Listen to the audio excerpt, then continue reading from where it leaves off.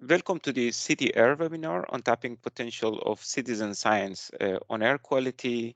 I'm joined here today with my colleagues Brooke Flanagan, she can wave, and Irene Vivas Lalinde. So we are the Citimeasure team holding this webinar, and of course I will introduce the panel that we have in a couple of minutes.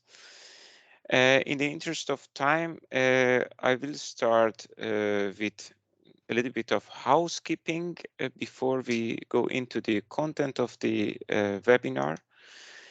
So we will be recording this session, and the recording will be made available to public through our website.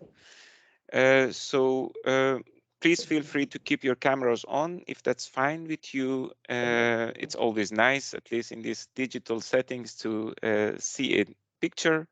But if not, feel free also to turn that off. If you would like to contribute, you can write in the chat or raise your hand. And please stay muted when you're not contributing, so we don't have the background noise, etc. for the speakers. Moving on to the agenda for the day. After this short welcome and opening of the session by me, we will start with a panel discussion that will be moderated by my colleague Brooke. And I will introduce the speakers for that panel in a second. After the panel discussion, we will look into CitiAir. So that is basically a tool that we would like to discuss within this webinar with you. I will present the tool. I will tell you a little bit about how we've developed this tool, what are their functionalities, and how you can perhaps use it. And then we will have a few examples of practical use of the tool presented by Irene, my colleague. And then we will close the session. So overall, we're expecting to be together in this webinar for an hour and a half. This is basically the panelists of today and the moderator of the panel discussion. So the moderator is Brooke Flanagan. She's the head of the climate neutrality at Eurocities. And we're joined today by Anke Lukwill from the European Environmental Agency. Welcome, Anke. We have Valerie de Pricker from the city of Ghent joining us. Welcome, Valerie. And we have Hester Fulton from RIVM, which is the Dutch National Institute for Public Health and Environment in the Netherlands. Welcome, Hester. I will give you the floor, Brooke, then to start the panel discussion. Thank you very much, Mohammed, and thank you everyone for joining us today and to our three panelists. It's very exciting to also have an all-female panel. You don't see that quite so often, so that's it's good to see. So just to start off our panel discussion here, obviously looking at the intersection here of citizen science and participatory approaches and air quality in particular, I'd really just like to open it to our three speakers, starting with you, Anke, about your background and your engagement in this area. If you could just share that with us, just as a bit of a scene setting. I'll ask the other two speakers to also do the same. Thank you a lot, and I'm a bit sorry because my internet connection is not very good, so I've switched off my camera, but I will try to keep on the panel. And I start with my presentation. Yeah. So by background, I hold a PhD in modeling processes related to soil acidification caused by acid rain. And I have worked in several research institutions and consultancies in Germany, Norway, and Austria before I came to Denmark more than 15 years ago to work on air pollution issues at the European Environment Agency in Copenhagen. Concerning citizen science, from 2018 to early 2020, I led on the Clean Air at School project, a joint initiative of national environmental protection agencies and DEA, Under the initiative, citizens and, of course, school children were monitoring air quality around schools across Europe using a common approach. And all participants but one used NO2 passive samplers. 8 countries were participating actively: Ireland, Malta, Estonia, the Netherlands. Heather is here. Sorry. Hester is here. The Netherlands, Slovakia, Spain, the UK, and here Scotland, Italy. So this is my short introduction. I had only 1 minute, I think. Thank you. Yes, we're keeping them brief. Thanks very much, Anke. Some very interesting experience there.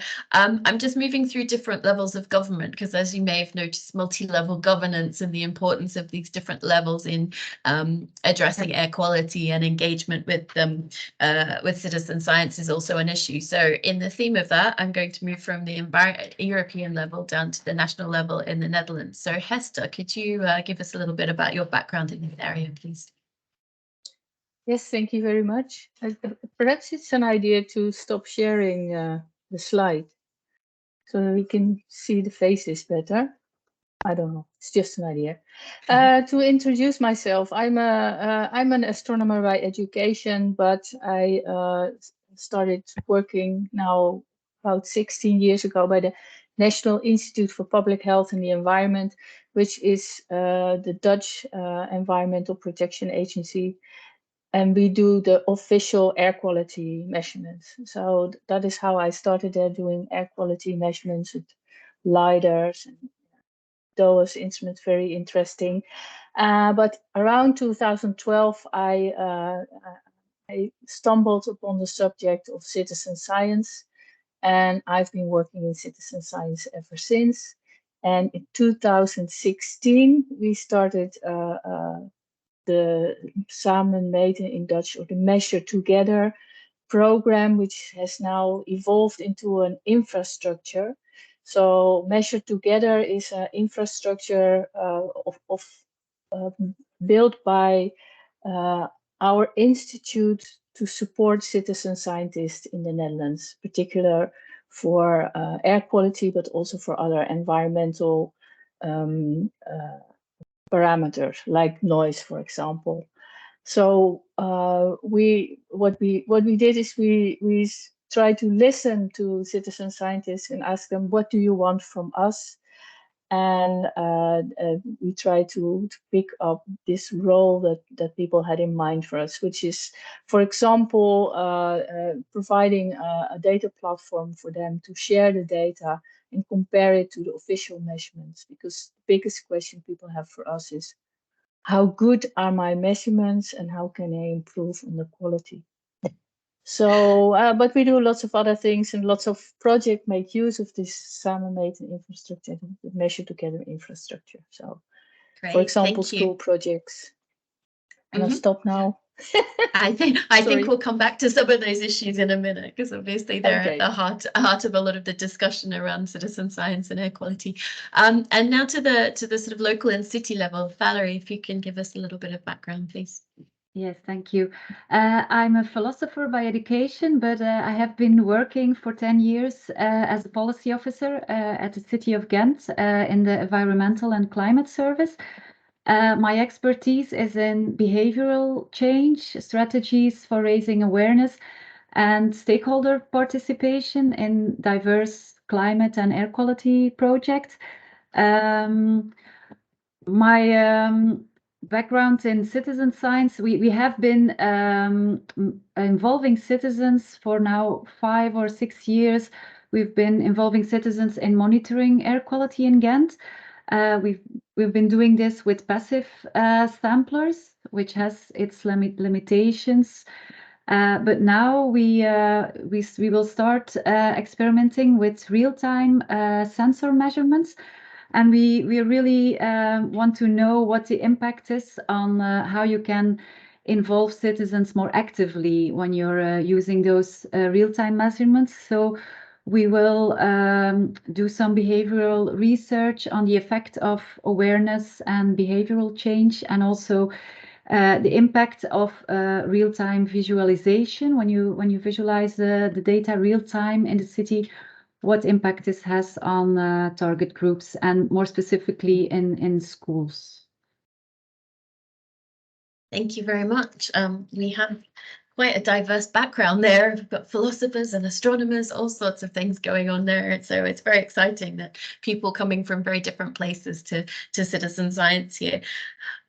What we'd like to do is get into some of the, I guess, firstly about the issue of air quality and what you think it takes, you know, what are the most important elements to improve air quality in cities? We should probably start with the city that we have here. So Valerie, would you like to take that one first? Yes, I think you need a good interaction between a strong policy, but also an activation and raising awareness of your public, of the citizens. So when you have efficient guidelines in different sectors is what you need, mainly in mobility and wood burning. So in Ghent, we have a low emission zone. We have a large pedestrian zone. But we also work on the modal shift and the behavioral change, because it's the combination of that two interaction of those two you need.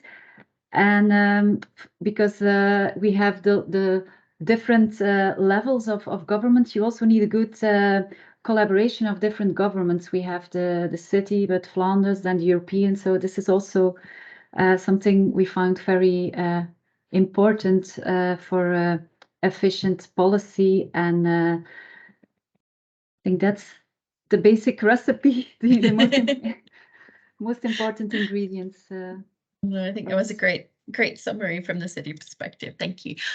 Hester, how about from the sort of national level? What do you think? What are the important elements there for good air quality at city level, or improving air quality? Yeah, I think Valerie covered almost everything already.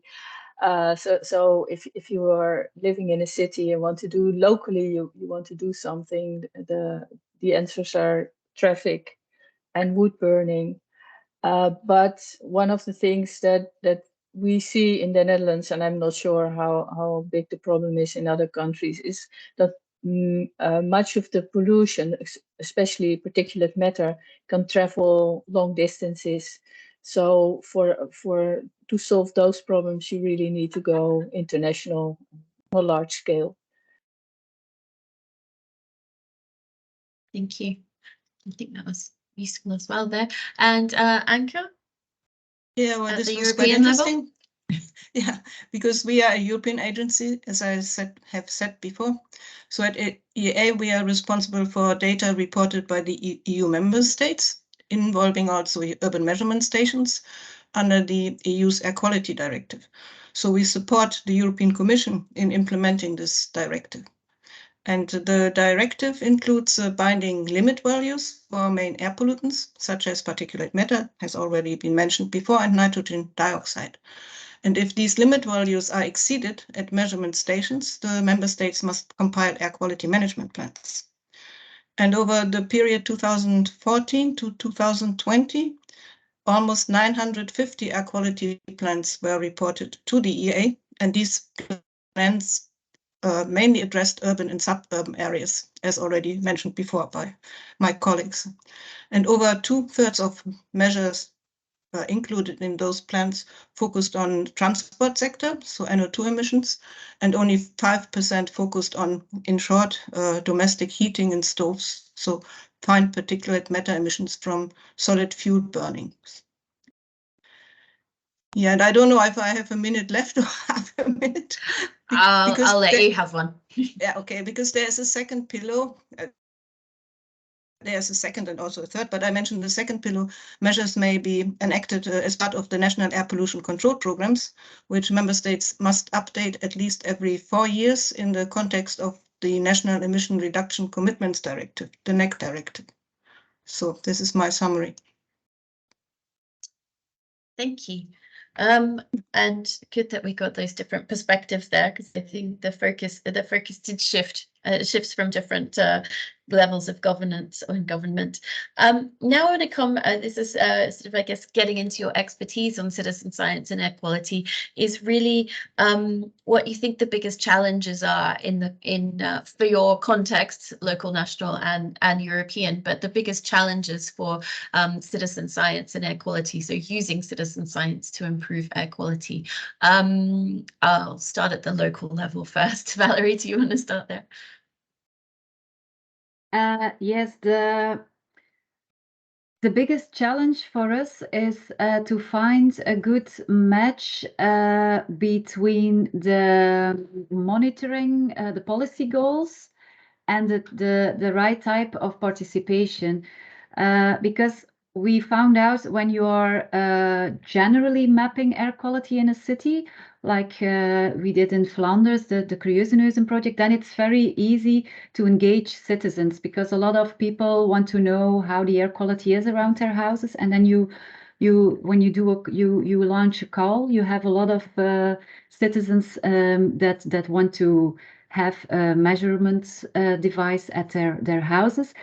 But we found when we involve citizens, when we want to monitor a specific policy measure, it's more difficult to engage them actively, because we have like a top-down monitoring process. And when we then launch a general call, we often found out that we have participants that are not at scientifically interesting locations. So it's very important for us to tailor the amount of participation to the measuring goal and the policy goal.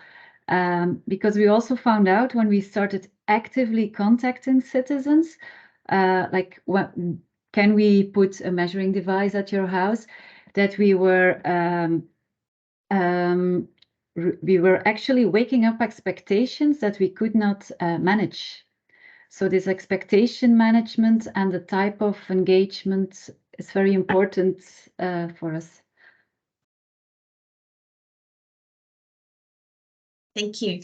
That was it's interesting. And have you continued to do that? Like, are you continuing to try and, like, what does that tailoring start to look like, I guess, in managing expectations? Well, for example, for monitoring district mobility plans, we've now decided to put the passive samplers just on lights in the streets, not on the houses of citizens, but we're actively communicating about the measurements. So we're not actively involving, but it's like a communication strategy. The reason we do that is, like I just said, the scientific reasons, and but also the slowness of the passive samplers. When we use the monitoring as input for evaluating a policy measure, it takes for us a lot of time. So it's a very closed process. So when we will start real-time measuring with sensors, then we have a new situation in which there will be much more transparency. So this is for us a new challenge, how we will involve citizens and how we will visualize the data and how we will involve them in the interpretation of the data. So this is new to us. Okay, thank you. Hester, the challenges around this from the national perspective. Wait, there are so many challenges, Brooke, but there's also a few things that are not so much a challenge. For example, involving citizens. We have just so many people in the Netherlands who are doing air quality measurements. I think we have now on the platform more than 3,000 people measuring particulate matter. So then you can turn the tables around and say, can we perhaps involve the official institutes better? And one of the challenges we face as a national institute is, how are we going to use this massive amount of data that now is gathered? How can we use that for our official monitoring program? And this is something we struggle with, and something we work on. So that is a personal challenge for us as an institute. And I think in general, it's often more difficult to involve the experts than to involve the citizens. So what Valerie said is that it's difficult to involve the citizens. The opposite is often also true. If citizens start a citizen science project and they want to be listened to, they want to have the policymakers or the experts involved, that's often also difficult. And so we struggle to find a way to use the data. Another challenge is also already mentioned by Valerie. How do you interpret the data? How can you do the analysis?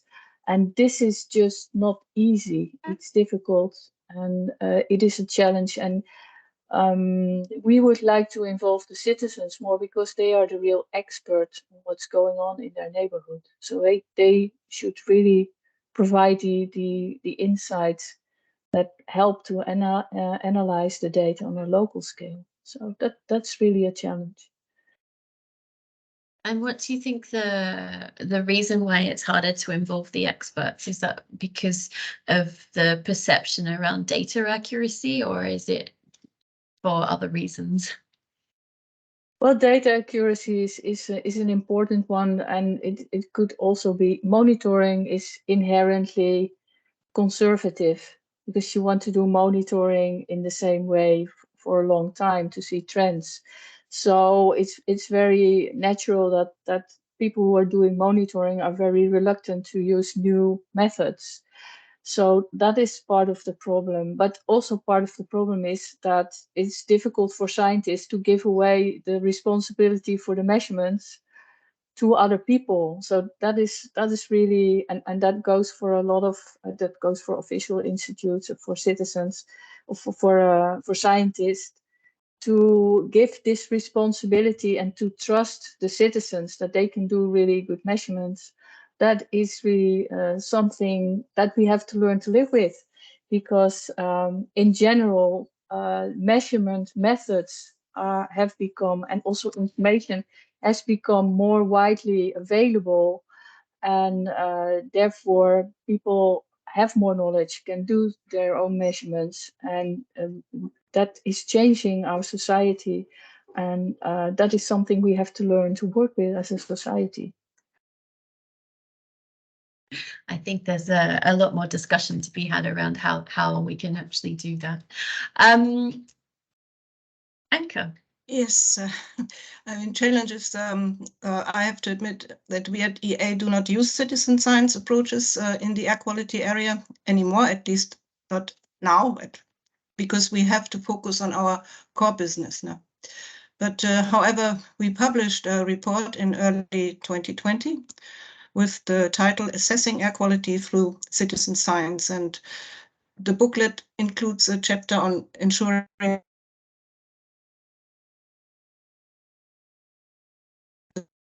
quality and reliability of low-cost measures.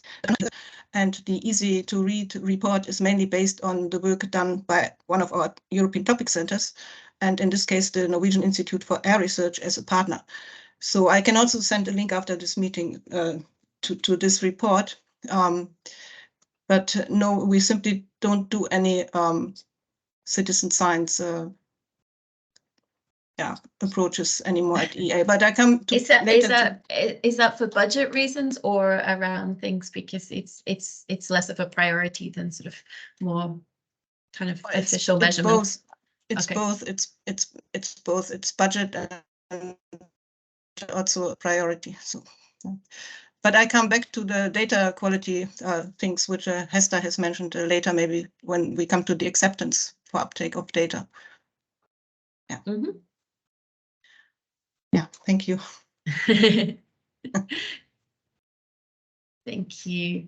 I guess maybe this is one for you, Hester, even though it's not something that the EEA is doing at the moment. But for each of you now, where do you see the potential for citizen science in monitoring and helping to support the improvement of air quality? Yes, Hester. Oh. Sorry. Yeah, I was just going to comment on Anke's contribution, because it is, of course, one of the problems is that it's not considered the core business to do citizen science for the Environmental Protection Agency. So the challenge would really be how to include the citizen science measurements as an integral part of how we do things. And that is very hard. So, but if you are in a situation where each time there is a shortage of money, the citizen science is the first on the list to be scrapped, then that is a problem. So, what you would really like to go to is a situation where people say, like, oh, okay, but these citizen science measurements are part of the way we do things, and they provide essential information, and we cannot do without anymore. So you should make yourself dependent on citizen science measurements. But this is on a European level very hard, I suppose. I'm not sure that answered your question. No, I was just sorry. I mean, we have the Air Quality Directive, which has just been revised, and we have a proposal by the Commission. And citizen science is not part of this directive. And since one of our core tasks is to implement the EU legislation, it's a bit difficult for us to, on the citizen science approaches. What I personally maybe don't find so good, but that's how it is. And something practical that opens up a lot of opportunities now is when you have the citizen science data and the official data on the same platform. Because in Ghent, we were never using the sensor community data of the citizens for policy goals, but now Flanders has a new data platform on which you have the non-official citizen data together with the official data. And I think this will open up much more opportunities. So you can see the different types of accuracy and they can complement each other, because you have, if you have a good amount of citizen science locations, then they complement the official locations. Maybe that's something new that I see coming up here in Flanders. Yes, I agree. Okay, so yeah, that's interesting. So then it is really the easy availability of the data that is the game changer there. Yes, but then what you need is also a vision and the city or the government also needs a strategy how to deal with the data. So that's the next step. I think there's an interesting comment here from Nuria from Nilo in the chat around the accuracy of data, and the issue about scientists and experts using citizen data isn't necessarily always about scientists not trusting the citizens, but about the fact that there isn't really a standard for low-cost sensors. But that there are improvements in the technology that are coming into play now. So I guess that's one of the things that may in itself also present a greater opportunity in the future, but support also platforms like the one that you're talking about, Valerie. Anke, did you want to come back in on the sort of potential for citizen science in this area, even though it's not necessarily kind of officially on the EEA agenda at the moment? Shall I switch to, we have the discussion points, shall I switch to the one, what is the potential? Do you on the opportunity, the opportunities? Yeah, for I mean, citizens, as an air pollutant expert at EA, I think that well-organized citizen science initiatives, such as, for example, the Curious Nose project in Belgium, Flanders, I think it was in 2019, can have a big impact. Because first they can raise public awareness of air pollution issues and highlight ongoing activities of the participants in such projects, and they can demonstrate how such initiatives may complement official air quality monitoring to provide a better knowledge of local air quality, for example, by contributing to the improvement of air quality models. So this is something where I see the potential. But this is also, again, it's more on the local level or on the city level than on the European level. So, yeah. Yes, I guess it's sort of whether the European level can help to support and enable some of that a little bit more through legislation and regulation, for example. Yes.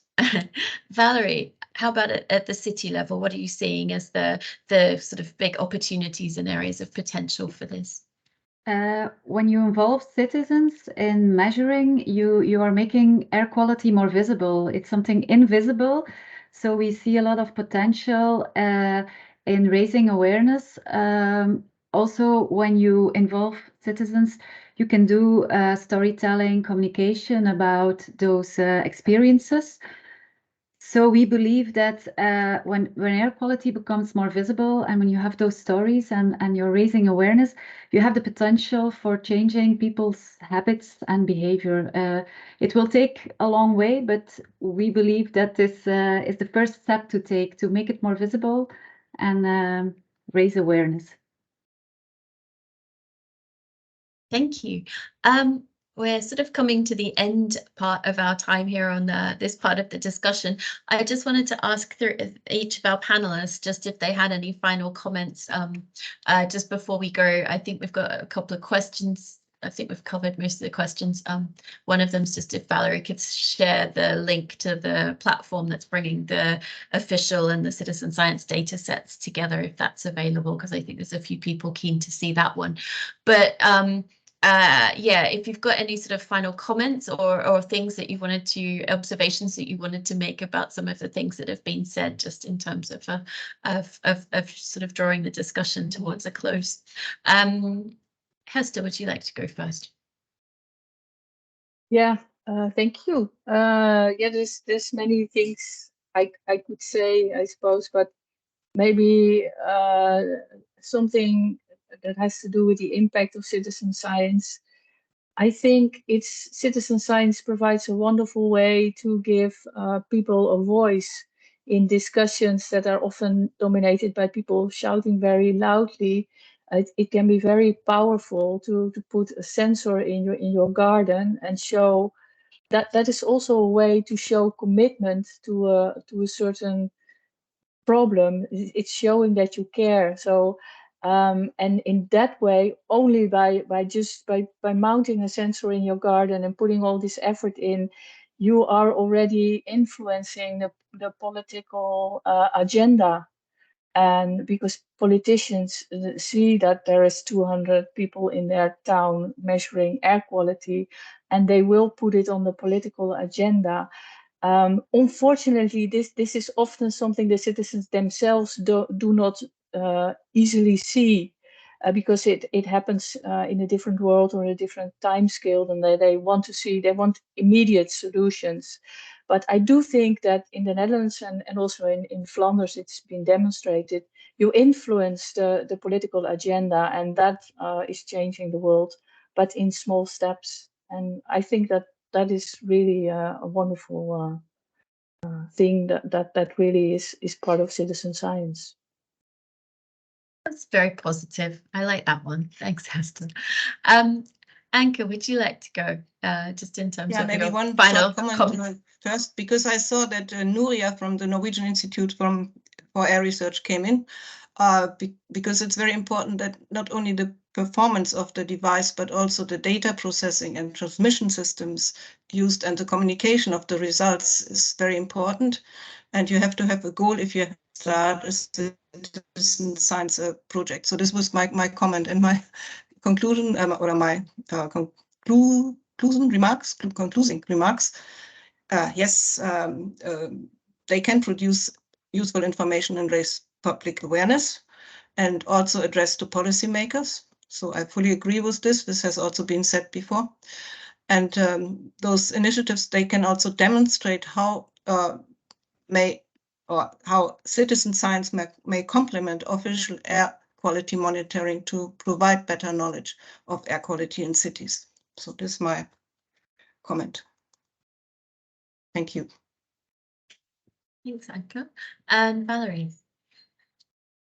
Yes, I was just saying, maybe I would like to add that the design of how you visualize the data in the streets is also very important. I don't have solutions yet because this is something we are investigating, but we are talking to different designers and researchers who see the potential in co-creating also at that level when you involve, for example, school children in designing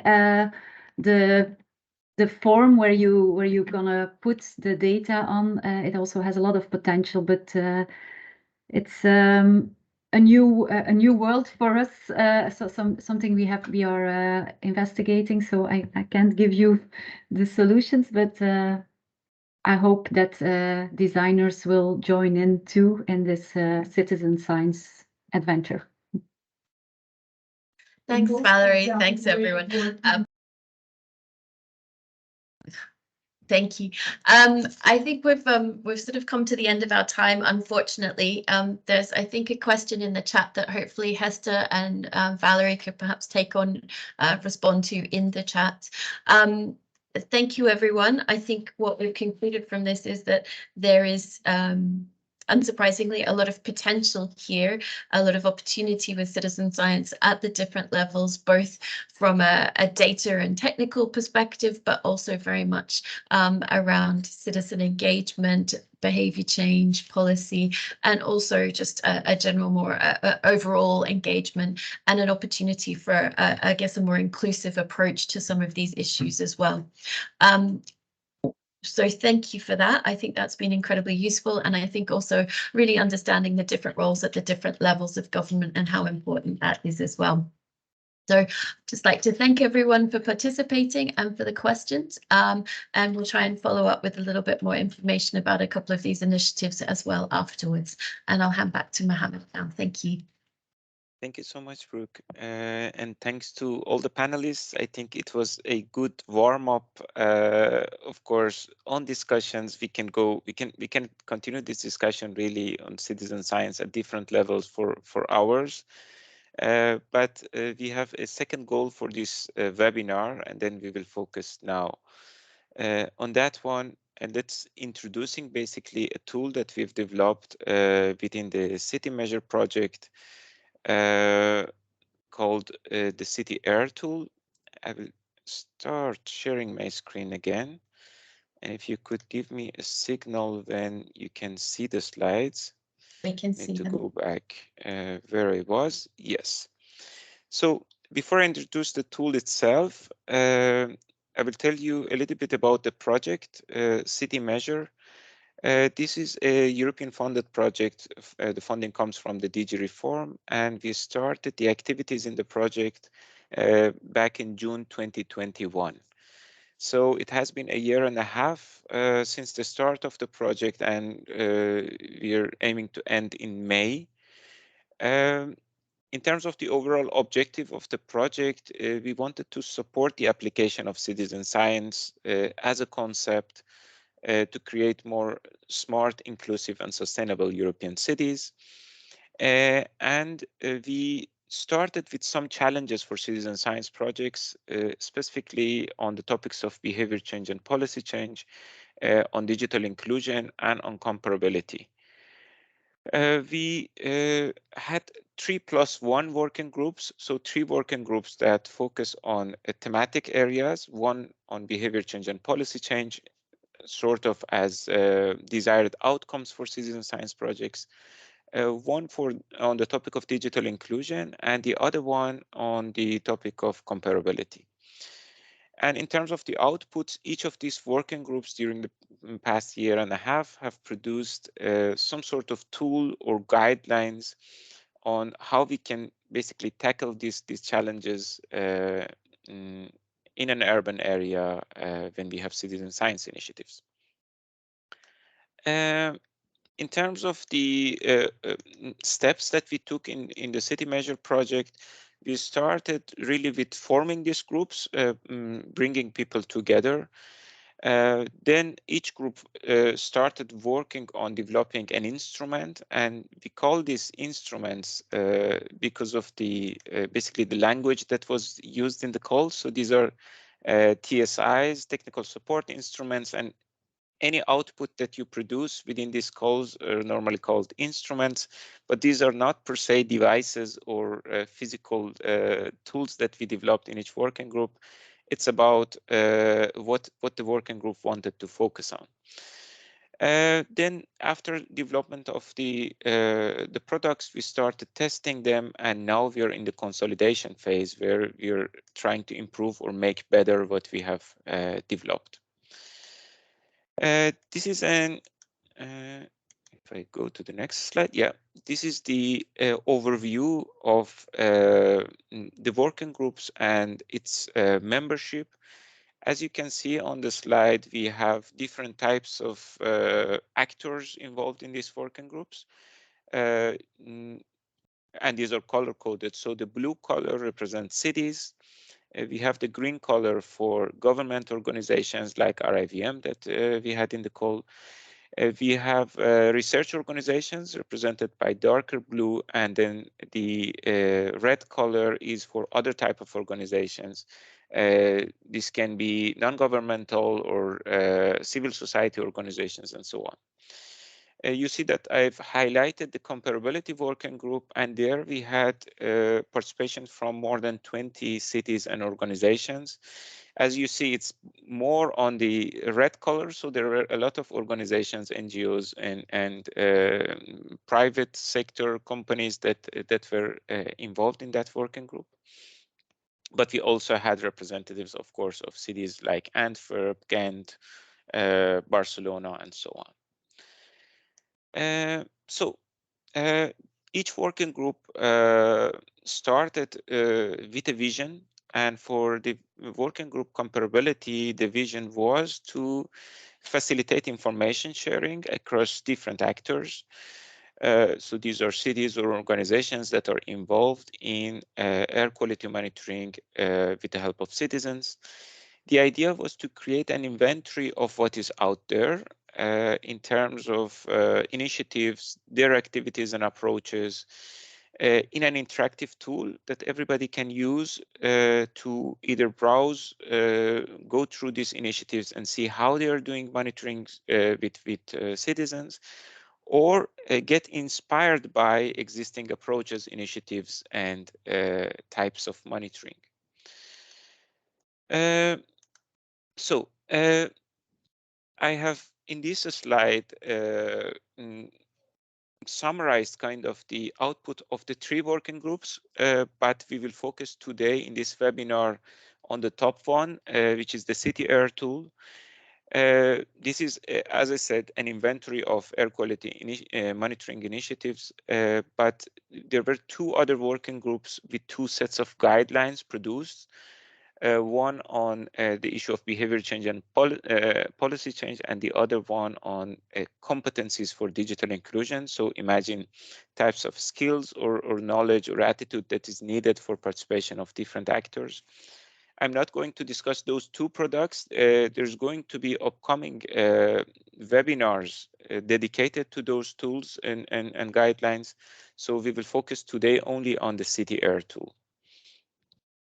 So how you can use this tool? Perhaps one of my colleagues, I'm not checking the chat. You can put the link to the CitiAir tool in the chat, so people can browse. But I will walk you through the possibilities of use of this inventory. You can either use it for discovering initiatives, so that is approaching the tool as a user. Or you can, you have, for example, a citizen science initiative on air quality, and you would like to add it to this inventory to basically make it more complete, also create visibility for your initiative, and perhaps the methods that you've tested or used for working with citizens. So both is possible. I will start with the first one. Imagine that you're a user and you want to use the CitiAir tool. If you go to the tool, you will come across a map and a set of filters that you see on this slide.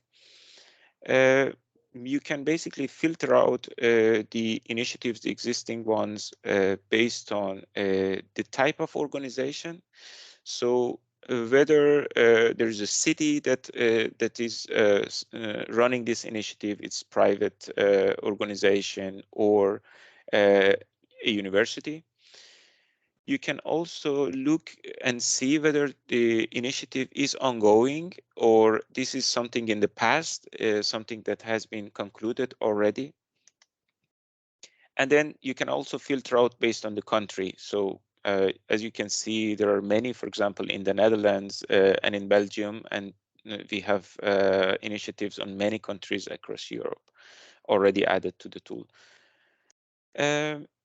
Next, there's a filter that you can use to look into initiatives that are focusing on a specific parameter, whether it's PM or NO2 or any other parameter. You can filter out the map and you can see, okay, if you're interested in certain measurements, which other initiatives are already doing this.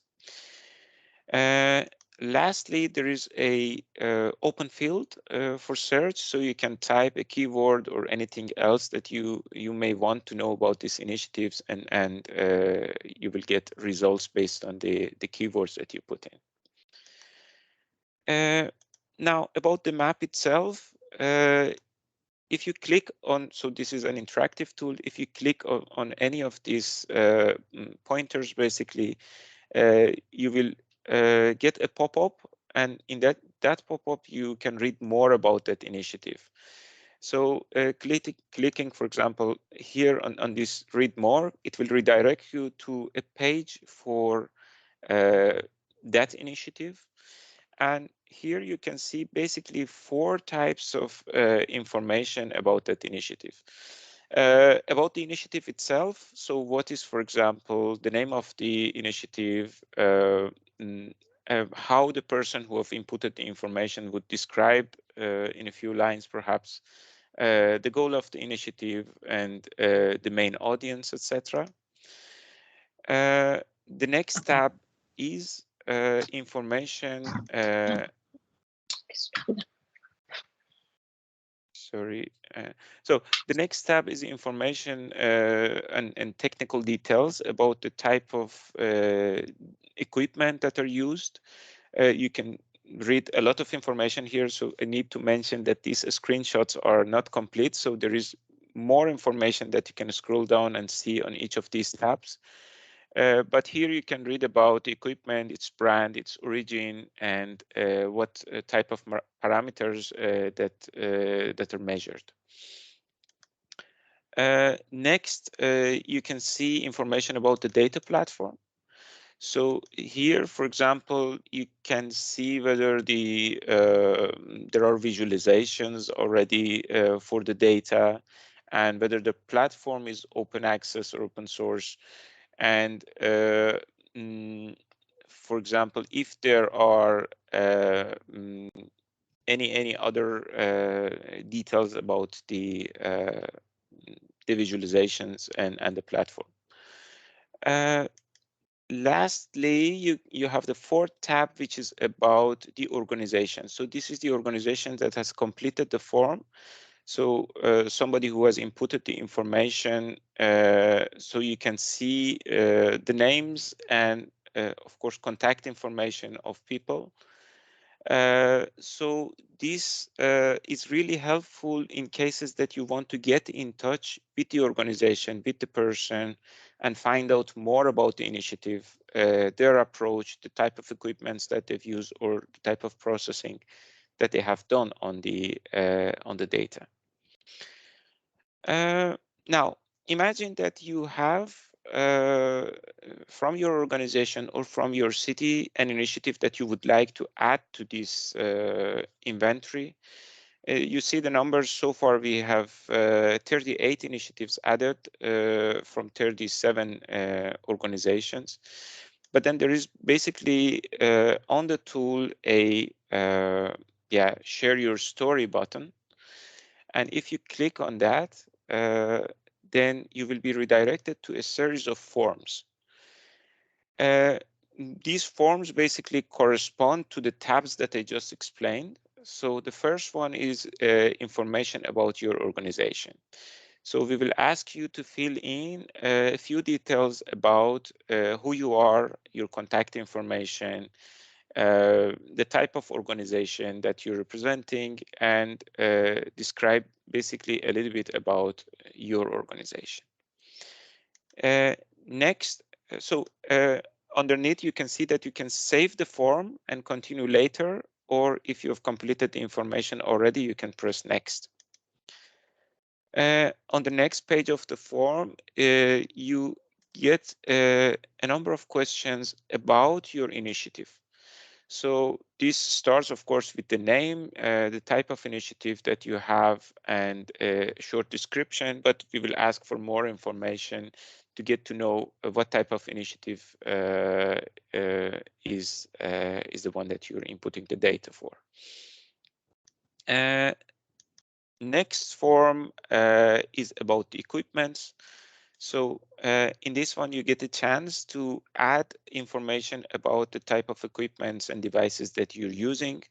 So basically that red button, Add Initiative, if you press it, you will be redirected to a form, and you get to input the information about the name, brand of the equipment that you're using, its origin, whether you have created this one yourself, whether it's a DIY type of equipment that people get to build themselves, and then what you measure basically with this equipment. If you have more than one equipment within your project or initiative, there is a chance to add multiple equipments for one initiative. And then same as always, previous forms you can either save or press next. And then the fourth page is about how basically you visualize the data. So is there a data platform? And if you have a data platform, then we will ask more questions about the data platform, whether it's your own or it's, for example, from the manufacturer of the equipment and so on. So you get to input more information about how you then visualize the data or present the data. Lastly, there will be a space for you to review basically everything that you have input in the form. If something is not correct, of course, you can go back and revise it, and otherwise you submit it. When you submit the information, we receive an email. We will go through the form. So there is a quality control process at our end, and then we publish basically the information on the map. So your initiative will be added to the map. The type of questions that you saw in these forms and the design of these forms was basically the core activity of our comparability working group. So we spent hours with experts from all types of organizations and cities on the forms. We tried to make sure that these questions are understandable and as much as possible common for almost every initiative. So it should be easy to fill in, but it takes like 15 to 30 minutes depending on the amount of information that you input to be able to complete these forms. Now, I will stop, and I know that I missed the chat. So let's see if there are questions that I can already.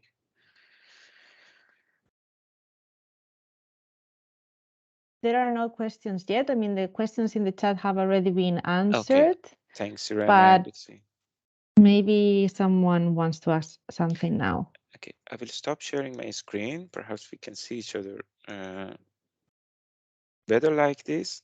And we have a few minutes for questions. If you have any questions about the CitiAir, how to use it, how to input information.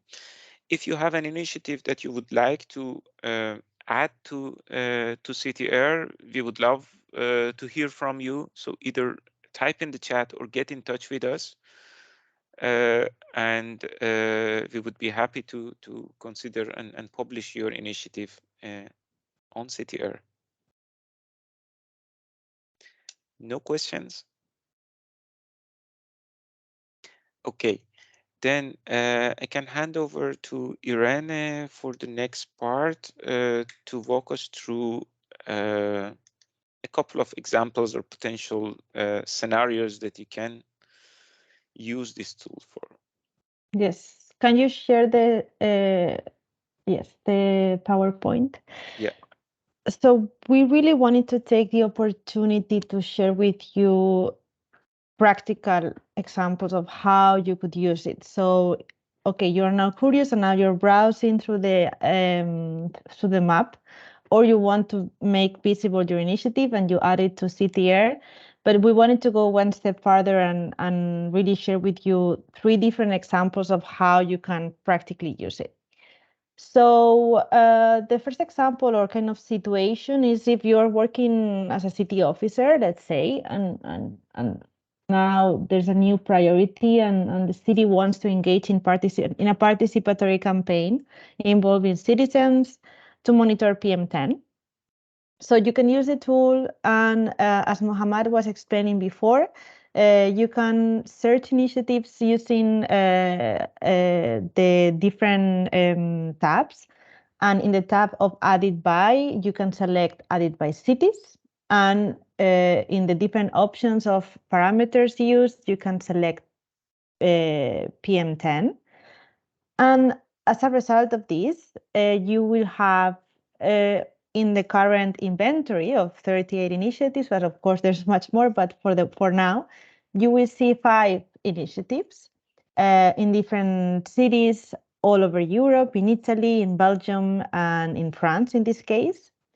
And you can either read the technical details and understand what they have done, but also one of the added value of this tool is that you will have, or you will be able to get the contact details of the project or the people who have added the initiatives and kind of set up a meeting with them and ask them, okay, how have you done this in this city, or what were the challenges? And I think like starting this conversation and have this platform for information sharing is very valuable. A second scenario that we wanted to present you today is, okay, you might be a citizen and you want to start a project in your city to measure NO2. But again, the budget issue is always something challenging. In this case, let's say that maximum you could have a budget of 100K, which is enormous, I know, but just as an example. So you could go to our tool, to CitiAir, and click on NO2 as one of the parameters measured, and you will get all of these different initiatives in the next slide. And one of the information that people can share once they use CitiAir, there is when you submit an initiative, you can share an estimation of the budget. So as you can see here, there are 10 initiatives with an estimation of, this is like once I have checked them all, most of them are projects who had a budget of more than 1 million euros. Some of them didn't specify the budget, but if I'm a citizen and I want to really go deep and understand very easily in 5 minutes how or which initiatives had a budget of less than 100K, I could find an initiative in Barcelona and an initiative in Brussels that have this budget, and then contact them for further information or visit their website and so on.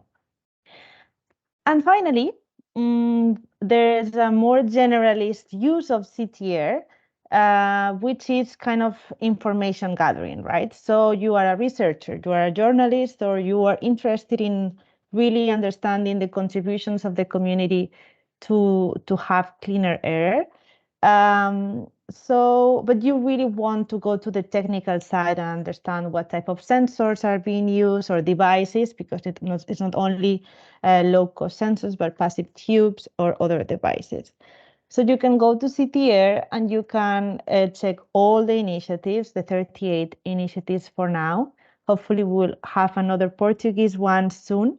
And you can check the name of the equipment or the brand of the devices used for the measurements, and then really get more technical details about the frequency of measurements and other details.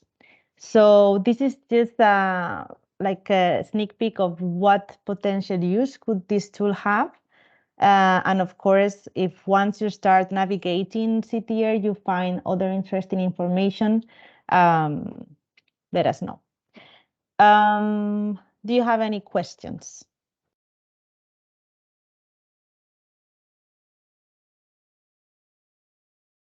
In any case, I have shared my email. So in case when you are like trying to add a new initiative or going through the tool, feel free to reach out. I would have a question, if possible, very quick. Of course, Fabio. This is Fabio from Italy. And for example 3, it's only possible to ask technical information for journalists or policy people, or even just for simple citizens? Yeah. So a little bit of background about the tool. This tool has been co-designed with a group of volunteers from all over Europe, and the profile of these people was mostly technical. So when we were designing the form, we really focused on the technicalities, not only because of the background of the people who co-designed the tool, but also because data quality is a concern, as you might have heard, and we wanted to kind of keep information about the processes. Having said that, we also, as Eurocities, understand the policy interest behind these initiatives, and we included one question about the lessons learned. So more on the qualitative side of the initiatives, but we have left this question is not compulsory. So when you fill in the form, you don't have to give this information. This is a long answer to your question, but in summary, there obviously, even if there's more technical information, you will be able to find the website, the contact details, and in some cases, the lessons learned, which include, of course, other reports and access to more qualitative information that is also very relevant for anyone who is interested. Yeah, okay, thank you. Clear. Thank you. Any other questions?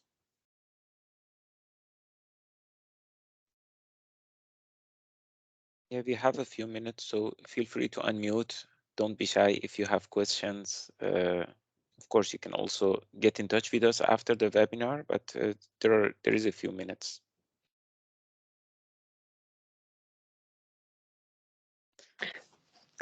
Lucas from Sensor Community here. Hello, everyone.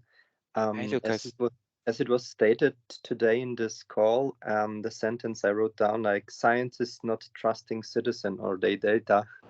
I'm sure we also heard it the other way around, because trust is a big topic, right? It's like how citizen can gain trust in what the scientists and the institutions are doing. And the solution was also stated in the call by opening up and transparency. So I think therefore creating such a tool, more visibility, starting having more touch points, more conversations, more opportunities to see behind the curtains of what the other is doing, and maybe at some point also talking with each other, not about each other.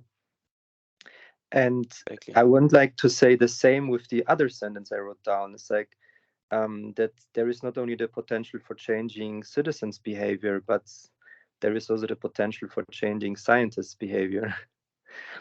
That's basically breaking down to the question of what was stated, that the EEA, as it was expressed, is not pushing for the integration of citizen science, like citizen-generated data, which is new to me. I was not aware of this, honestly.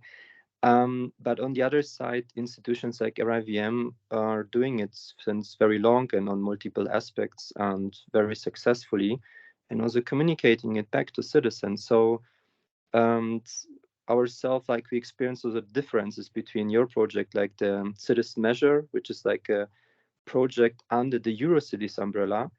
And then we discovered that also Eurocities have their own air quality group, but it's only for members, which are only cities. So we, even not as citizen, but also not as an initiative, have no possibility to interact with them, right? So they have insights and have a touch point with them. So just stating all of this, putting it on the table, and maybe to the panelists or also to you, Irene and Mohammed, it's like, have you discovered over time some mechanisms or some places where you saw some cracks in the system through the walls? It's like how to tear these walls down and how to find a place, a common ground to exchange and maybe slowly move towards each other, towards exchange and collaboration and integration. Thank you. Thanks a lot, Lucas. Of course, you also have been an active member of our working group. You have contributed a lot to development of the CitiAir tool. So first of all, thanks for all the inputs. I don't have a comprehensive answer, and your question is also a complicated one. But from my point of view, I think we need to try to create spaces for exchange, spaces or places that there are less walls or no walls. So I see communities of practice and working groups such as the ones that we had that are open to everybody who is interested or has expertise or is curious about a topic, a way forward. Of course, each organization and each group sometimes have criteria for basically membership or for example, at Eurocities, our core business is working with cities.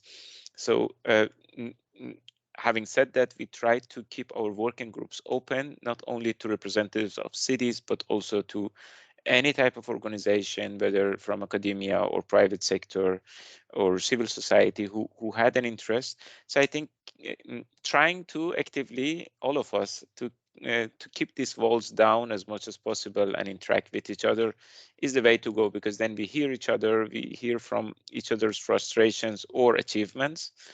And then I would say that's the way forward.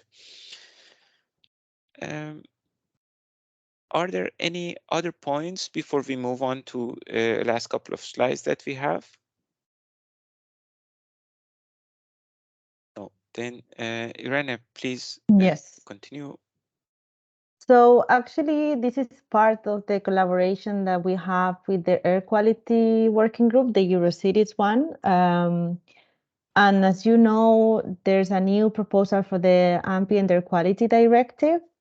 And as Anke mentioned, this does not include citizen science. So we're trying to contribute to the discussion and contribute with these inputs to the Eurocities advocacy work.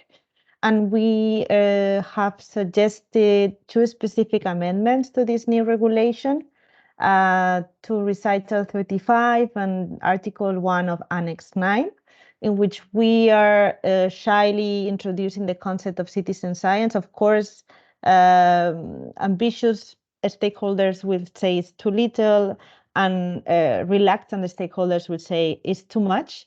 So we have tried to find a balance, and we do think that our contribution as a project in these discussions are to at least introduce a concept that we can all agree that has a lot of potential in the field of air quality.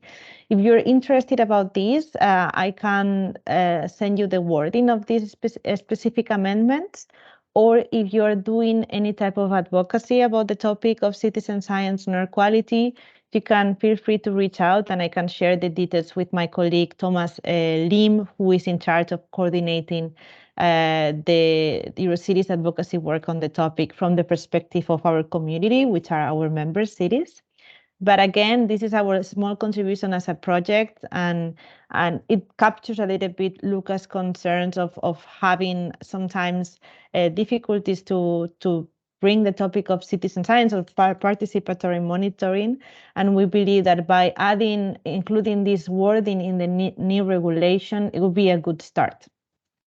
And